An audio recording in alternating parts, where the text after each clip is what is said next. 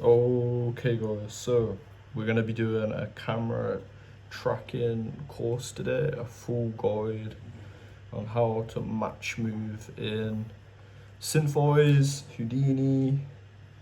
Well, at least I'm going to use Houdini as my 3D tracking software, but you can use Maya or even Blender. Nuke to undistort and distort the footage. We're even going to use chatgpt to figure out the settings on your camera. So what I've already done is I've got tracking markers, so these things here, you want to get these, and these are tracking markers, and basically I've just printed these off A4 pieces of paper, cut them up, so like 3 on a piece, like 1, 3, 6, 9, 12, cut them up, and then whacked them onto the scene that I'm going to track. So I've just recorded my desk, and you can do whatever, but if you have like a scene like a desk that you're recording, then you should definitely get tracking markers and place them everywhere with like blue tack. And once you've done that, once you've put all your tracking markers in place, you're going to want to record that scene. So you want generally smooth footage, not too crazy like that, but like smooth like that. And once you've done that, you're going to want to record a lens grid. So I've got a lens grid, it's here right above my desk because it's like really important for VFX, because in like on your camera there's like distortion that, like, you know, it's like there's distortion, and the lens grid calculates the distortion to make everything straight in your scene. And then you whack your 3D CGI stuff. No, you track once you've undistorted it, you track it in a tracking software. And we're gonna track it in Syntheyes, and we're gonna take that tracking information into your 3D software. So it could be Blender, it could be Houdini, Maya, whatever 3D software you want to use. Take it into there, and you place your CGI whatever into the scene, as long as it's a good track, and it should stay in place. And that's what we're doing today. And once you've like placed your CGI shit into the scene, you bring it out of there back into Nuke, and we're gonna redistort the footage so that it's redistorted, so it looks like as if you've actually recorded whatever you're gonna put into the scene. And that is match moving. So I don't know how long this video is gonna be, but I'm not gonna like rush it. I'm not gonna cut anything. I'm just gonna try and make it for a beginner, and hopefully you benefit from this video. Okay.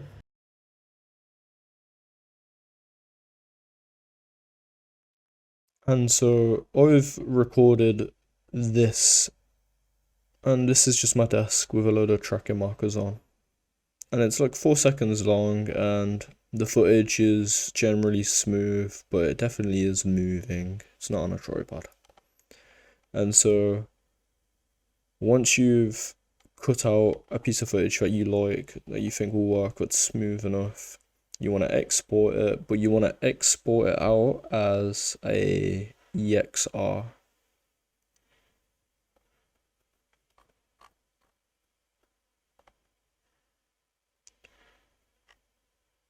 You want to match source, and you want to make sure render to sequence is ticked on. Tick on use maximum render quality, and then make sure it's saved to a folder you want it to be saved to.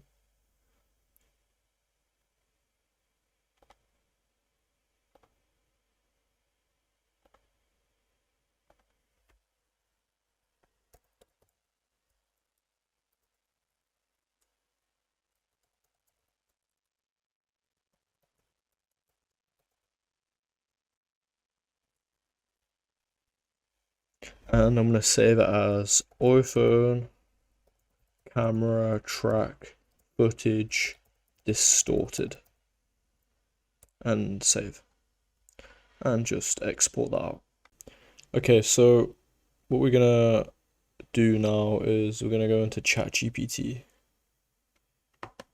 and we're gonna use ChatGPT to tell us everything we need to know. ChatGPT, the savior of humanity. And so ideally you're following along right now, so whatever camera you're using, so for me I'm using the iPhone 12 Pro Max, so what settings we need in visual effects, the settings specifically we need is the focal length, film back, and resolution, and frames per second. So if you've recorded your video on your iPhone, for example, I've got it in 30 FPS. The resolution is 3840 by 2160, or formerly known as 4K. My film back, now this is where it gets a bit iffy because you can't really get the film back online, so we're gonna ask ChatGPT. So for me, my iPhone is iPhone 12 Pro Max. This is what I did a few days ago, so can you help me figure out the sensor size of my Apple iPhone Pro Max 12? Yeah, waffle. So it tells me it's 26 millimeters, and we use the wide camera, which is the standard one. This is what we used. So it's 26 millimeters. No. Can you elaborate on the wide camera and tell me the sensor size? No.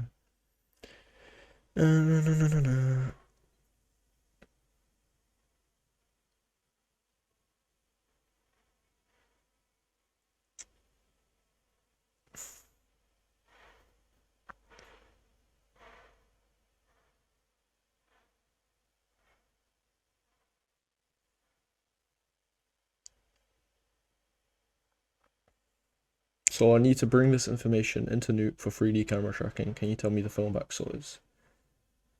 Yeah, no.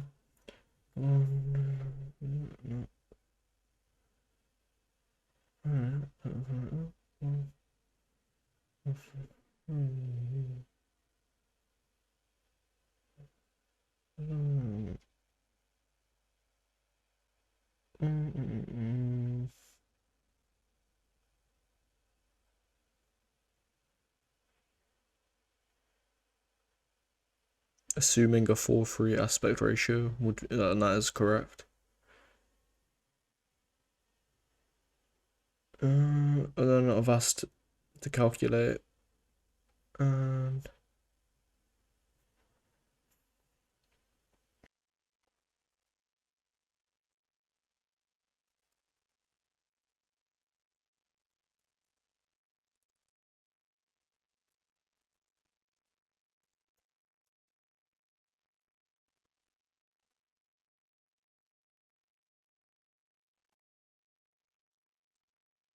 so it's the 16:9 ratio because I'm recording in 4K, and let's just double check that. So 16:9. So I don't think I needed to do this weird calculation here. I think I just needed this information. So here I need the 13.985 and the 7.867. So just to relapse my point, I've started off by asking ChatGPT, can you help me figure out the sensor size of my Apple Pro Max iPhone 12? Waffles a bit, but tells you some valuable information like focal length, which you should definitely write down. So I've asked to elaborate on the sensor size.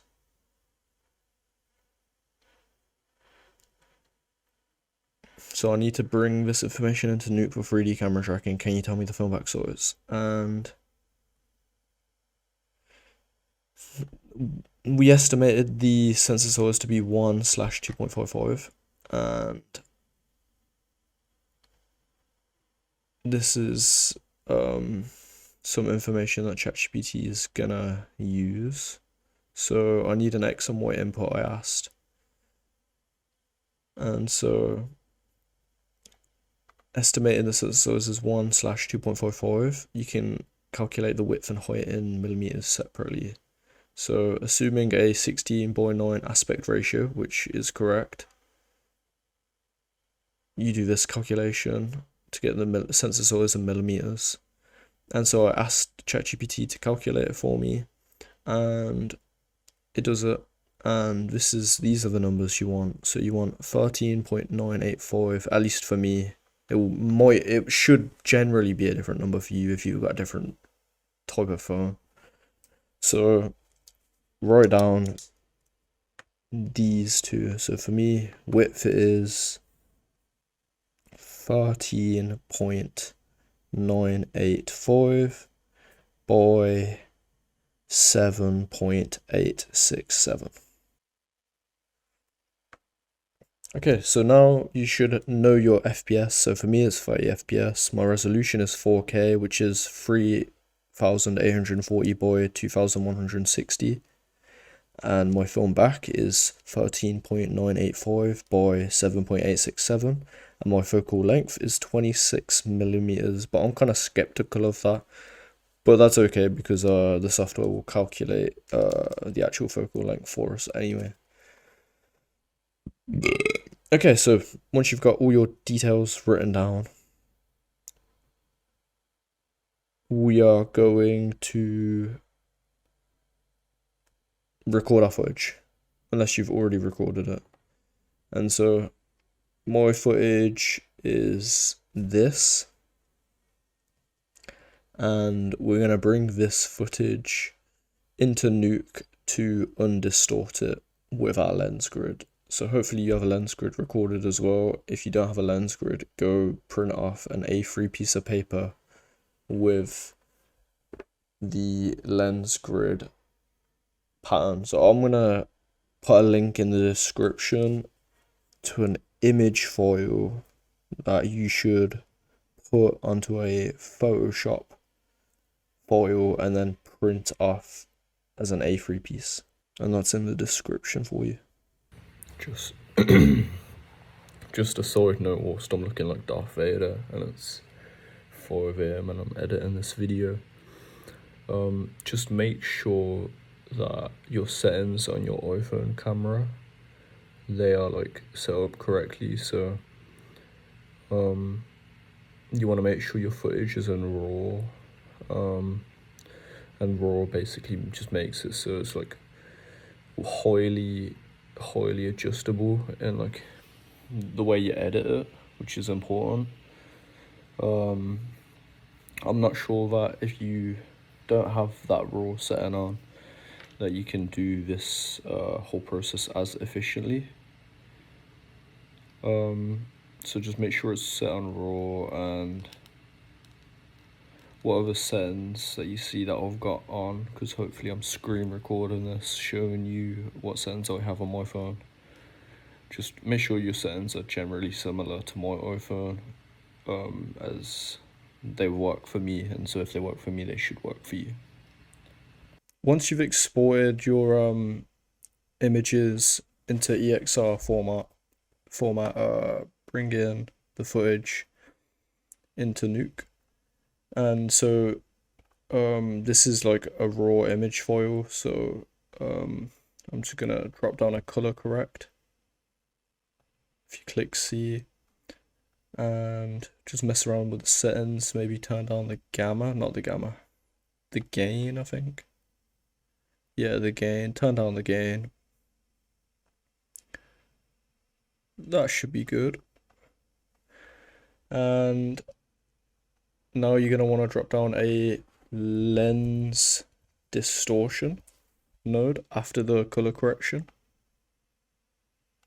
And actually not after the color correction. So now you're gonna wanna bring in your lens grid, provided that you did record a lens grid, which hopefully you did. And also before that, click S on this side of your screen and make sure that your file, your full size format is the same as your another side note. When recording your footage and your lens grid, you have to do it with the same camera. That's like really important that you know, because each lens is minutely different. Even if they are the same 35mm lens, there are slight differences because it's kind of impossible to make two lenses the exact same. And so you have to record your lens grid with the same camera that you recorded your footage with. Okay, that's just, yeah. File, that is this. So mine's 4K, so just make sure you set your format to 4K. It's very important that you do that. Okay, so just plug in source lens distortion, double click lens distortion, and make that visible. Click 1 to make it visible, so you can just see the grid if it loads. Okay, and what you're going to want to do now is go to analysis and detect.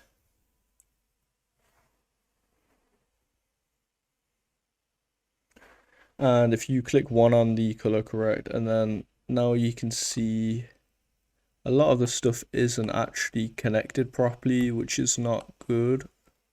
You want to make sure it's all connected. So if you go back to the lens distortion, zoom in, and here on this red little Bezier tool, you click on here and then go to click on that.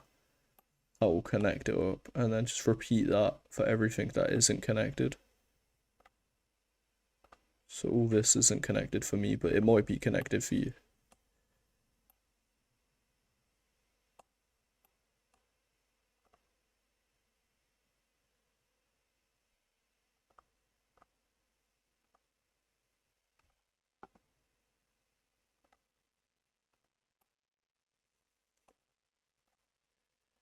So just going through each one and clicking enter. Then clicking on this little button here, clicking off, and then just having a look back on color correct. And it appears to all be connected. Actually, you know what, I'm gonna, on the color correct, I'm gonna put the gain down to like really low so I can actually see the checker and just make sure everything's connected correctly. So here it's a bit off, so just double click the lens distortion again, click on this little red icon and just click on that, and then that, then that, then that, and then that, and then click on this little icon, the mouse icon, click off, and that looks pretty good, I think. Just if there's anything that's not on point, just pull it into place. So you want to make sure all these X's are on the intersections of the black and white. And I mean, it looks alright to me. It does not look bad at all. So now once you've done this, you want to click solve. And now if you click 2 on the other lens grid, the original, click delete history, type all this stuff thing icon here. And if you go to 1 and 2 and 1 and 2, it's now like undistorted. Okay, and so controller command C the lens distortion node and pull it into the color correct, and click 1 on the lens distortion. On the color correct, double click it, bring up the gain because we turned down the gain so we could see the lens grid appropriately. And now if you click 2 on the original footage, actually no, 2 on the color correct and 1 on the lens distortion, you should have that effect. Where, yeah, literally just that. Should have that effect. And now you're going to want to write out this information as a EXR. So add another folder name and name this footage as undistorted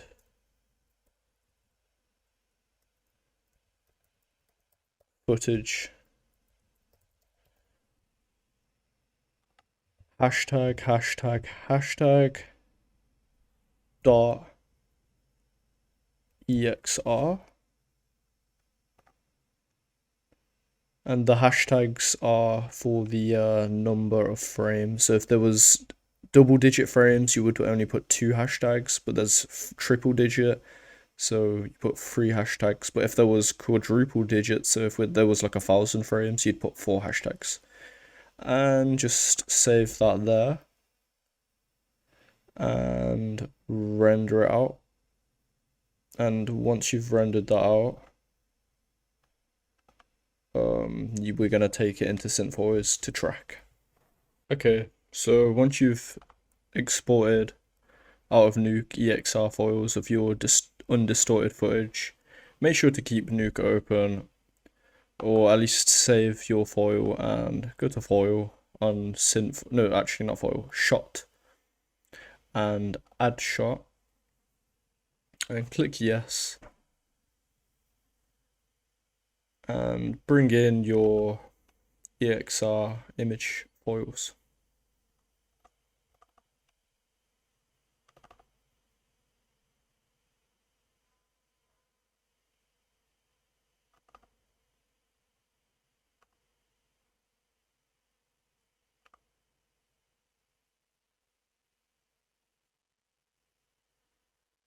And now this is an important part where you gotta remember now. Hopefully you wrote down your FPS, so your resolution and your film back and focal length. So my FPS is 30. Go to more, and my film back is 13.985, and this probably will differ for you.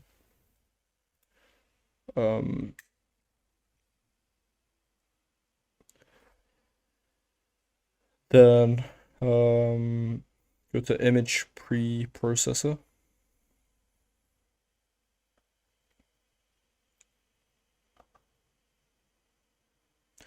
and I'm gonna just adjust this, make it a bit brighter.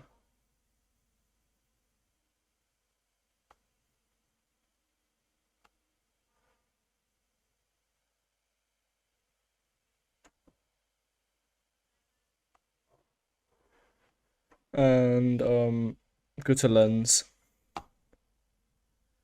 and set your focal length to whatever your focal length is. So supposedly my focal length is 26 millimeters, and then click OK and click OK.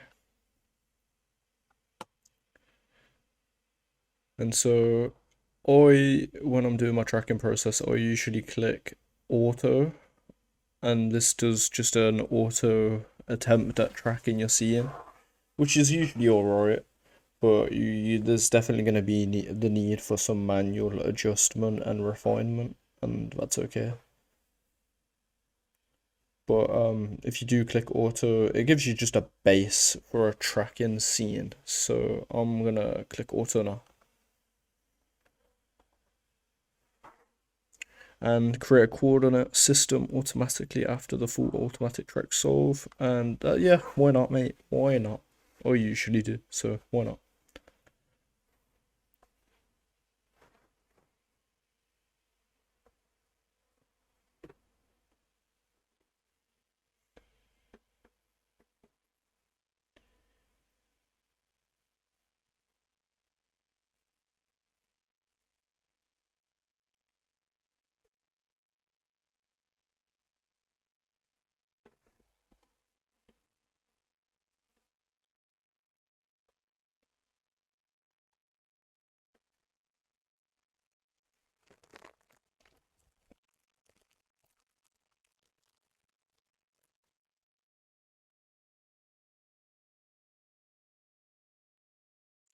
Do you want to save like a phone app? Click yes. And just save it, make sure you got it. And so what we've got here is something interesting looking. I mean, that looks like my desk. It's straight all across there. That one is about out of place, that one there, but it's all straight on the bottom as well. So this 3D scene top here, it kind of resembles what your scene actually looks like in real life, and this is quite a close resemblance. So just you gotta use a bit of common sense and just think, does that look like a desk? And it does. It's solid right angle, solid. If it's not like that, then you've missed something maybe with the film back size or the focal length or distortion or whatever. So okay, what I now would do is go to layout here and scroll down to camera and graphs and click this tracker here down here and go through every single tracker I've got. Actually, let's quickly just have a look at what the solve was. So if you click solver tab, 0.55, that is quite good for a bass track. That's quite good, but the lower the better. So you just want to get it as low as possible. If you can get it to 0.4, even 0.3, that's great. So go to camera and graphs again and just go through each tracker, and anything that's extreme, like one above 1, so down here is a yellow. It says yellow for 1.3, and yellow is kind of like an indicator, like a traffic light. Like green is good, you're good to go. Yellow is alright, it's a bit and red is like danger zone, you need to fix some. So honestly, there's like, how many trackers I've got here? If you scroll down, there's like 100 trackers. Literally like 100 trackers. So it's okay to delete 1 out of like 10, because unless you're willing to go through every single like up and down on here, which I'm not and I usually don't, then you can just backspace and delete it. And this is another one that I'm going to delete. And sometimes you can just easily fix them. So I imagine I'm just going to delete that one. Just going through each one. I'm going to delete that. Just go through it. 1, I might just leave it. 1, 14. So this is a good example. So if you go to frame 80, this is super crazy. Like the rest of it's okay, it's smooth, but this fast frame here is off the chart. So if you zoom in over here,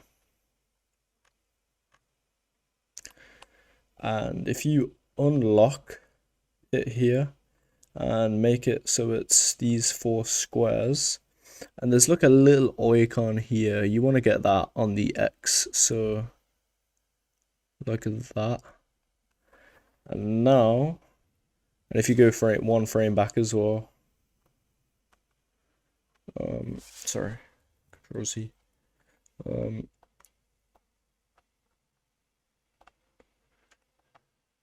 you scroll down to here and whack it right there, and I'm moving it about with this, and now it's 0.6, so it just went from crazy high to an amazing, like a solid tracker, a useful solid tracker. So we're just gonna keep doing this. So again, crazy, a bit too crazy here. So if you zoom out, find the tracker on your screen.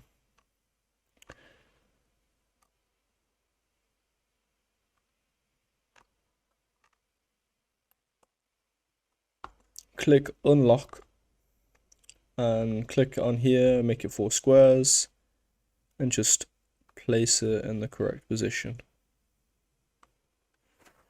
And do it again on the next frame. So just right arrow, click on your keyboard to go to the next frame and lock it. And we've done that, and it's still kind of high. So if you want, you can just go through it, but I'm not gonna do that because I'm lazy. And but like also, if I was to suggest, like, if you want the best possible track, do go through and do it. Like, it's worth the time if you do want to do it, but I am lazy, and this is just a tutorial course. So this one, terrible. So I'm just gonna delete that.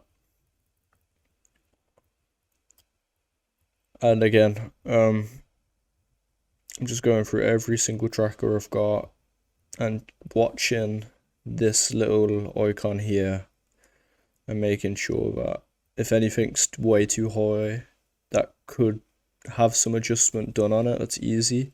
Like this, it's all kind of relatively quite high compared to this. Like, this is a perfect tracker. This is a nightmare, so I'm just going to delete that. And I'm just going to skip this process because you should have an idea of what I'm talking about now. So again, this, terrible. And once you've sorted it, so you've deleted all the trackers that are absurdly high, I'll get back to you and I'll show you what to do next. Okay, so I've went through every tracker and I haven't got anything absurdly high now, so I'm going to go back to solver and I'm going to click solve and see if we get, so 0.36. I'd say that that is a great track. So now you're going to want to go to file, export, and export as filmbox FBS. I'm not sure about any of the others, but I do know filmbox FBX is great. So I'm going to name this as iPhone tracking information. Is that how you spell information? And save. But also I didn't save in the right place, so I'm going to redo that. But yeah, just save it as a good name and save it in a file you can easily get access to. And now we're gonna take it into our 3D software. So if you open up your 3D software, I'm gonna open up Houdini, but you can open up whatever software you want to use to import whatever you want to Matchmove onto this footage.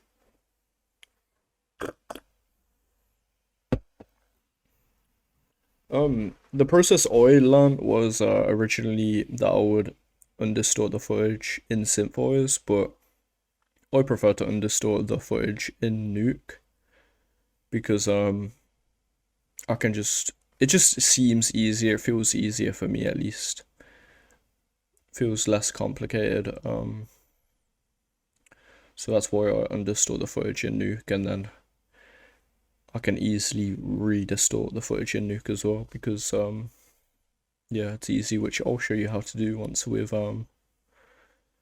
brought something into this Matchmoved scene. Import your tracking information and accept and import.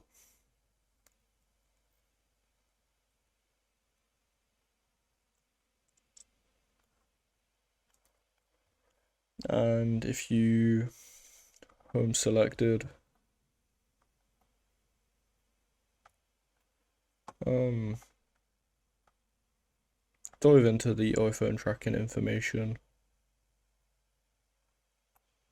and go to just below the camera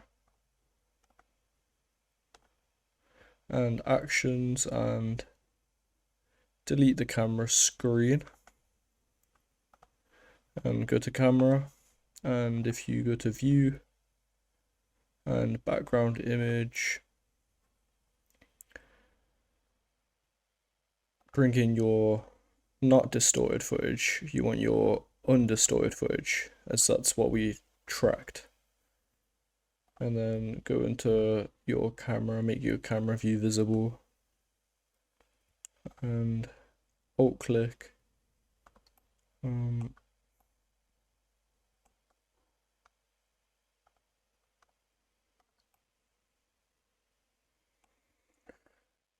come out of here and drop down a grid.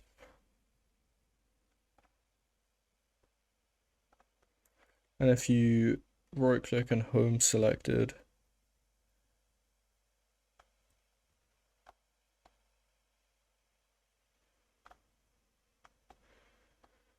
and so it's quite clear that you kind of see the desk, and that this is the desk wall and this is the desk floor.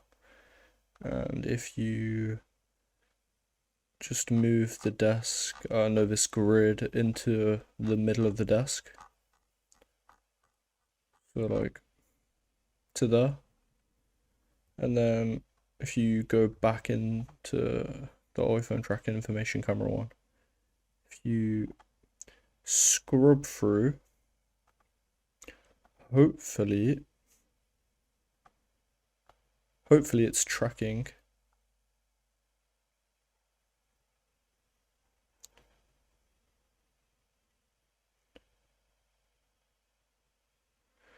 And so I've only got a certain amount of frames, so just make sure to, so I think I've got 142 frames. So I'm going to change this to 142 frames.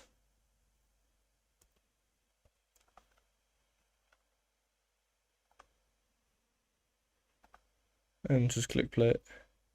And you know, I think this is a pretty good track.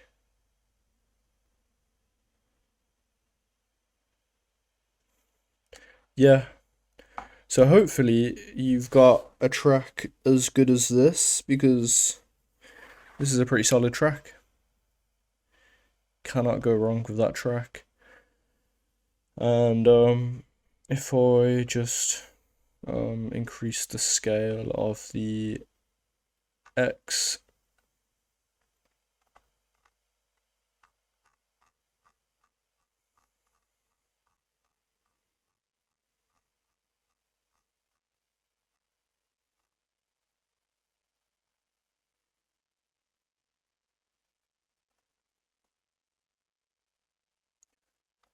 and if you click play,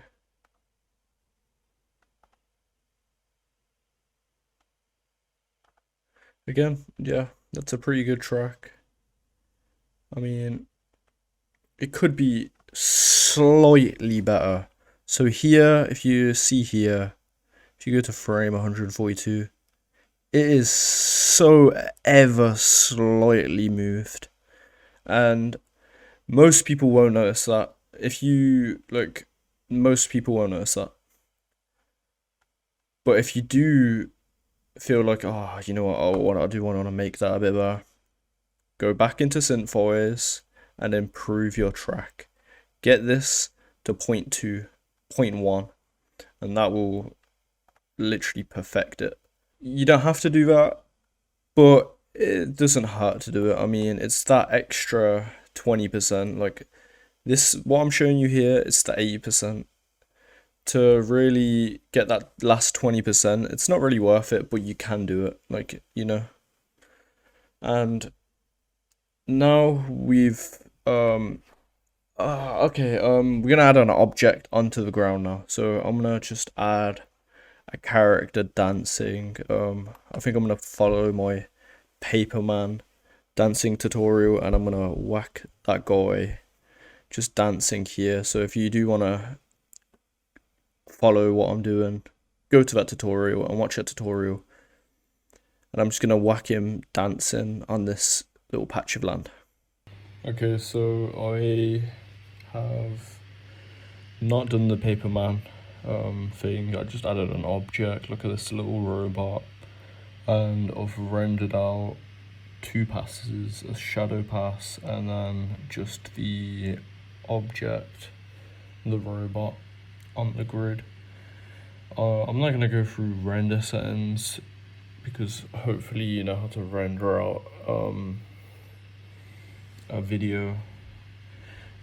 Just make sure that when you are rendering out, you don't have the background video, you just have the shadow pass and then you have your object. And I'll show you specifically what I mean on screen now. Okay, so once you've exported your two passes, so hopefully you've exported a pass where it's just the like whatever object, and then hopefully you've also exported a shadow pass, which you can't really see here, but there is a shadow pass, which is that thing. And I've added a blur to it because it was a bit too solid, so the blur just makes it a bit more opaque. Like this part, when you combine in the passes, it's just a bit of fiddling about. But the main part is that we want to re-distort the footage. So here it's like that, and then here, like you want to, there is like a slight difference, and that's just so the footage is re-distorted pretty much. If I zoom in on the edge here, like see there's like warping here, like the pixels are warped. After re-distorting it, the pixels are back to normal, and that's what you want. You want your pixels to look normal on the edges, and that's why you'd re-distort. And to re-distort, on your lens distortion, your original one here, you copy it over and whack it here underneath this merge. And on the output mode, it was on undistort, and you're gonna select to re-distort, and then you just write this out. Of literally just done final export ####.exr. Then I've took it into Premiere Pro as a sequence, and then rendered out as a H.264, which is basically MP4. And that is how you match move. If you have any questions, just hit me up in the comments or on Instagram, and maybe I can try and help you out. But that's pretty much it. And obviously, like with compositing, you can do adjustments to what the this object looks like. It's all just color correction and messing around, but that's just the basics. And I got it done in under an hour. So yeah, thank you for watching.